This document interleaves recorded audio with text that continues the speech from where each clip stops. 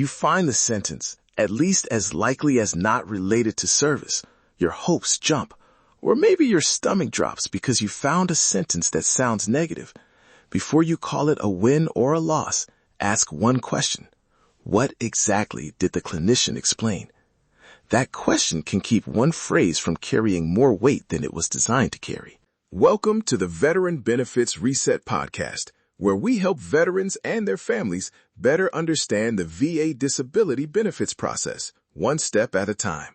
I'm your host, Cameron Burrell, a U.S. Army veteran and founder of VetBiz Media. Today, we're talking about Nexus language, what a medical Nexus opinion is meant to address, what familiar phrases usually communicate, and what those phrases cannot establish by themselves. Here is the idea I want you to keep with you. Do not judge a medical opinion by its strongest sentence. Read it through 4 questions. What condition is being discussed? What happened during service? What relationship is the clinician actually describing? And why does the clinician believe that relationship exists? The phrase matters, but those 4 pieces tell you what the opinion is really doing. A quick boundary before we go further. This is general education, not legal advice, medical advice, or individualized claims advice. I am not reviewing anyone's personal records, predicting an outcome, or telling you what evidence your claim requires. Service histories and medical circumstances are different.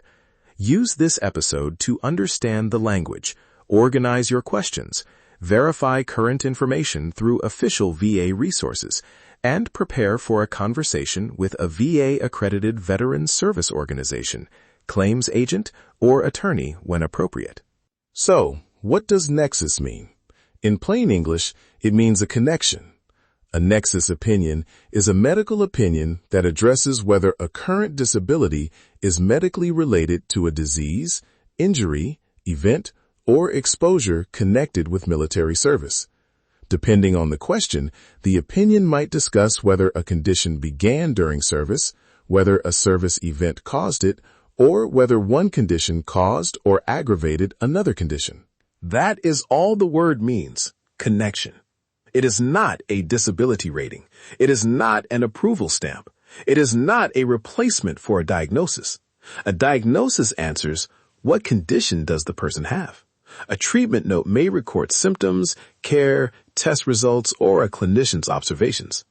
A Nexus opinion addresses a different question. What medical relationship, if any, exists between this condition and the relevant service history? A rating is different again. It concerns how VA evaluates severity and functional impact under the applicable criteria. Now, let's translate the phrases that often cause the most confusion. At least as likely as not generally expresses a medical conclusion that the relationship is at least as probable as the alternative, often described as a 50% or greater likelihood. More likely than not generally communicates that the clinician sees the relationship as more probable than not. Less likely than not communicates that the clinician does not find the relationship at that level of probability. But those phrases are not automatic approval or denial buttons. That is the trap. A favorable phrase can still leave questions about the condition, the facts considered, the precise relationship, or the reasoning. A less favorable phrase can also require context. Maybe it answered a different question than the one you thought was being asked. Maybe the opinion relied on an inaccurate date or an incomplete history. The responsible response is not celebration, panic, or rewriting. It is careful reading. Let's walk through a general example. Imagine a medical letter says a veteran's diagnosed knee condition is at least as likely as not related to service. That sounds complete at first. The condition is named, a relationship is stated. But then you look closer. The letter never identifies the service injury. It discusses the left knee even though the record concerns the right knee. Or it mentions a treatment gap without explaining why that gap changes the medical analysis. The sentence is favorable in tone, but the document still needs careful review. Start with the first question. What condition is the opinion actually discussing? Look for the diagnosis or specific medical condition. Do not assume that a statement about knee pain automatically applies to every knee diagnosis, or that an opinion about one condition applies to every symptom in the file. Next, what happened during service? Is the clinician referring to a documented injury, an illness, an exposure, a period of symptoms, or another event? The details matter because an opinion should be read against the facts it actually discusses. Then ask, what relationship is being claimed? Is the clinician discussing onset, direct causation, aggravation, or something else? Those are related ideas, but they are not interchangeable. Finally, and this is the part people often skip, why? What records, examination findings, medical history, timing, clinical principles, or other evidence does the clinician cite? A conclusion you do not understand is not automatically an unsupported conclusion. Medical writing can be brief or technical.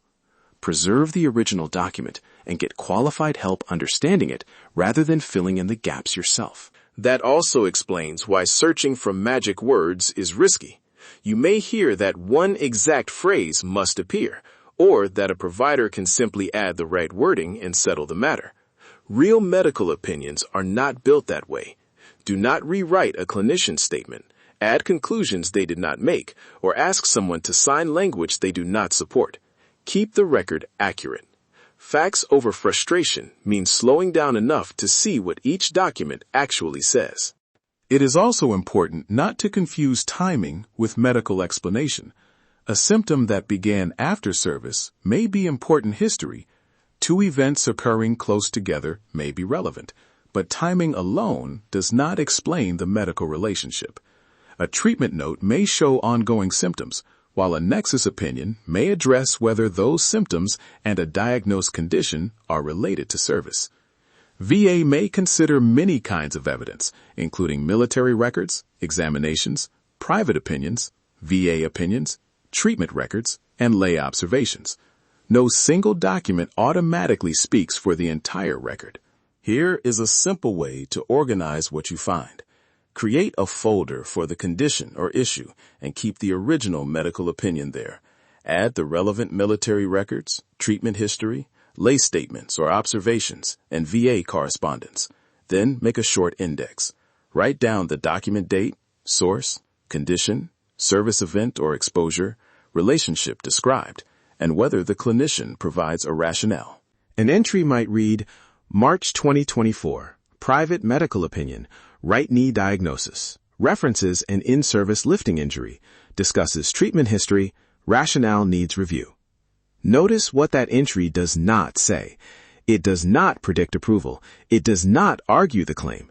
It simply tells you what the document appears to contain and what question remains. Keep the decision letter nearby as well. It may explain what VA considered, what it found persuasive or missing, and what review options or deadlines you should verify under the rules in effect at that time. When you speak with an accredited representative, bring questions like these. What exact condition and service event does this opinion address? Does the clinician explain the connection or only state a conclusion? Does the opinion appear to rely on accurate records? Are there other opinions or documents that support or conflict with it? Does the VA decision letter discuss this evidence? And what current procedures, deadlines, or evidence rules should I verify through official VA sources? You do not need to walk into that conversation knowing every medical term. Bring the original documents, arrange them by date when possible, and mark what you understand and what remains unclear. If a family member or a caregiver is helping, make sure everyone is working from the same records and timeline. One step, one record, one mission. Make the next action clear, documented, and avoid relying on memory alone. So, let's bring it home. A Nexus opinion addresses a medical connection between a current disability and a service-related event, disease, injury, or exposure. It is different from a diagnosis, a treatment note, a symptom report, and a VA disability rating. Phrases like at least as likely as not communicate medical probability, but they do not guarantee an outcome. Read the whole opinion through 4 questions: condition, service event, relationship, and reasoning. Before the next episode, choose one medical opinion or related document and create one index entry. Record the date, source, condition, service event or exposure, relationship described, and whether the rationale is explained. Keep the original wording intact. Then bring your questions to a VA-accredited representative if you need case-specific guidance. Follow the podcast, leave a review, and share this episode with another veteran, family member, or caregiver who could benefit. Thank you for listening to the Veteran Benefits Reset podcast. Download the free 7-step Veteran Benefits Reset Guide at vetbizmedia.com/veteran7 to help organize your military, medical, employment, and VA records. Verify current information through official VA resources and consult an accredited professional when appropriate. Your service did not expire. Your story is still worth reviewing.